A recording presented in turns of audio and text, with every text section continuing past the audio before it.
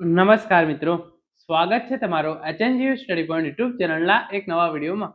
સરકારી નોકરી મેળવવા માંગતા તમામ ઉમેદવારો માટે ખૂબ જ મોટા સમાચાર જે છે એ આવી ચૂક્યા છે. ભારતીય પોસ્ટમાં નવી ભરતીની જાહેરાત કરવામાં આવી છે, જેની અંદર કોઈ પણ પરીક્ષા આપ્યા વગર તમે સરકારી નોકરી જે છે એ મેળવી શકો છો.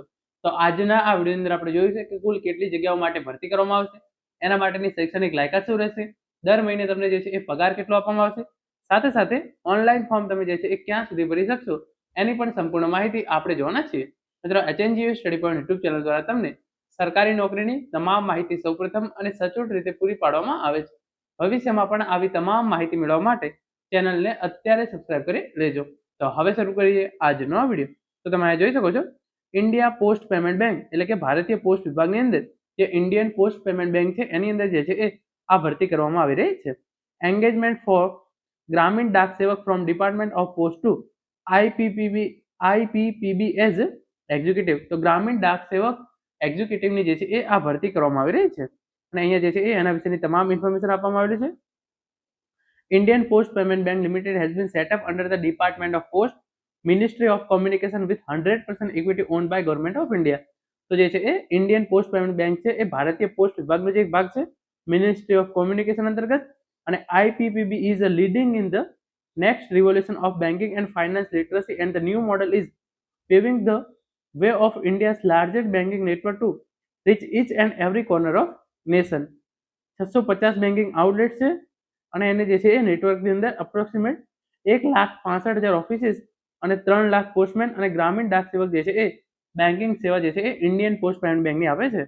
તો અહીંયા જે છે એ ઇન્ડિયન પોસ્ટ પેમેન્ટ બેંક વિશે જે છે એ થોડી ઇન્ફોર્મેશન આપવામાં આવેલી છે અને એની અંદર કુલ 348 ગ્રામીણ ડાક સેવક એક્ઝિક્યુટિવની જે છે એ ભરતી કરવામાં આવનાર છે. એના માટે તમે જોઈ શકો છો 9/10/2025 થી ઓનલાઈન ફોર્મ ભરવાના શરૂ થયા છે અને IPPBonline.com આ વેબસાઇટ પર જઈ અને તમારે જે છે ઓનલાઈન ફોર્મ ભરવાના રહેશે.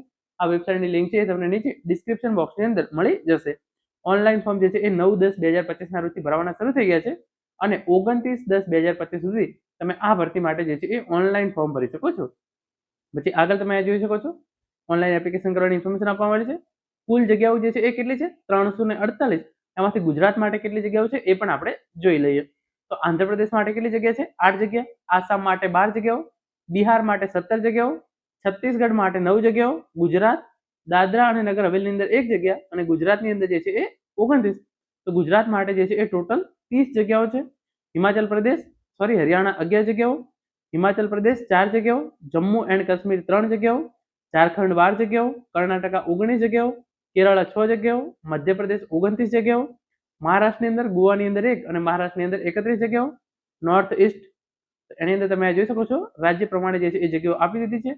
ઓડિશાની અને આ તમામ રાજ્ય વાઇઝ જે છે એ તમે જોઈ શકો છો જગ્યા આપેલી છે. કુલ જે છે એ 348 જગ્યાઓ પર જે છે એ ગ્રામીણ ડાક સેવક એક્ઝિક્યુટિવની જે છે એ આ ભરતી કરવામાં આવનાર છે.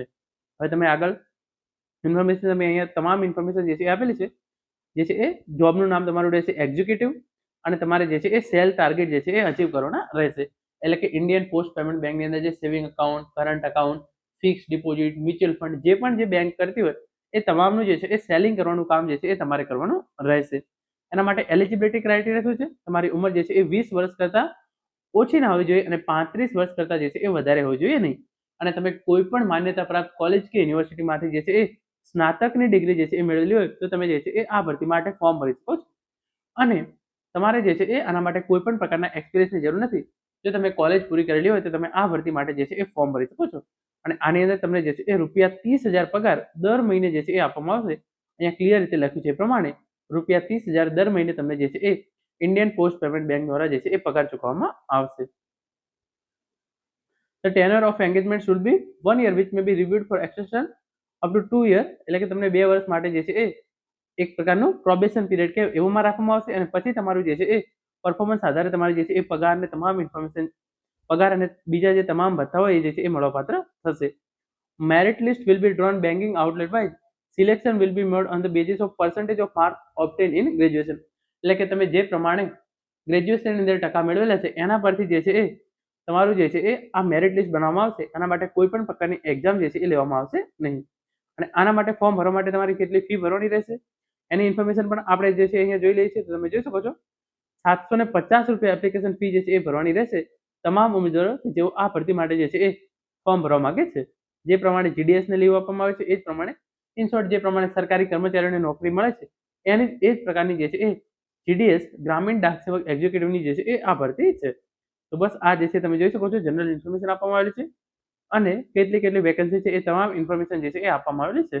તો આપણે ગુજરાતની થોડીક ઇન્ફોર્મેશન લઈ લઈએ. તો અમદાવાદની અંદર 2 જગ્યાઓ છે, ગાંધીનગરની અંદર 1, હિંમતનગરની અંદર 1, મહેસાણાની અંદર 1, મોડાસાની અંદર 1, પાલનપુરની અંદર 2, પાટણની અંદર 1, અમરેલીની અંદર 1, ભાવનગરની અંદર 1, ભુજની અંદર 1, બોટાદની અંદર 1 જગ્યા, દ્વારકાની અંદર 2, જામનગરની અંદર 1, મોરબીની અંદર 1, પોરબંદરની અંદર 1, સુરેન્દ્રનગરની અંદર 1, આણંદની અંદર 1, ભરૂચની અંદર 2, દાહોદની અંદર 1, ગોધરાની અંદર 1, નડિયાદની અંદર જે છે તમે જોઈ શકો છો 1 જગ્યા છે, નવસારીની અંદર 1, રાજપીપળાની અંદર 1 જગ્યા, સુરતની અંદર 1 જગ્યા અને વડોદરાની અંદર જે છે એ 1 જગ્યા.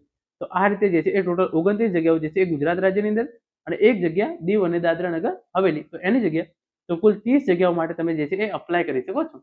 આની અંદર મેઇન વાત છે કે તમે જો અત્યારે જીડીએસ તરીકે નોકરી કરતા હોય તો જ તમે જે છે એ આ ભરતી માટે ફોર્મ ભરી શકો છો. એટલે કે તમે અત્યારે જીડીએસ તરીકે નોકરી કરતા હોય અને હવે તમારે જીડીએસ એક્ઝિક્યુટિવ બનવું હોય તો તમે જે છે એ આ ભરતી માટે ઓનલાઈન ફોર્મ જે છે એ ભરી શકો છો. તો મિત્રો આ હતો આજનો વિડીયો જેની અંદર આપણે ભારતીય પોસ્ટ વિભાગની અંદર કોઈ પણ પ્રકારની પરીક્ષા આપ્યા વગર જે આ નવી નોકરીની જાહેરાત કરવામાં આવી છે એના વિશેની સંપૂર્ણ માહિતી મેળવી છે.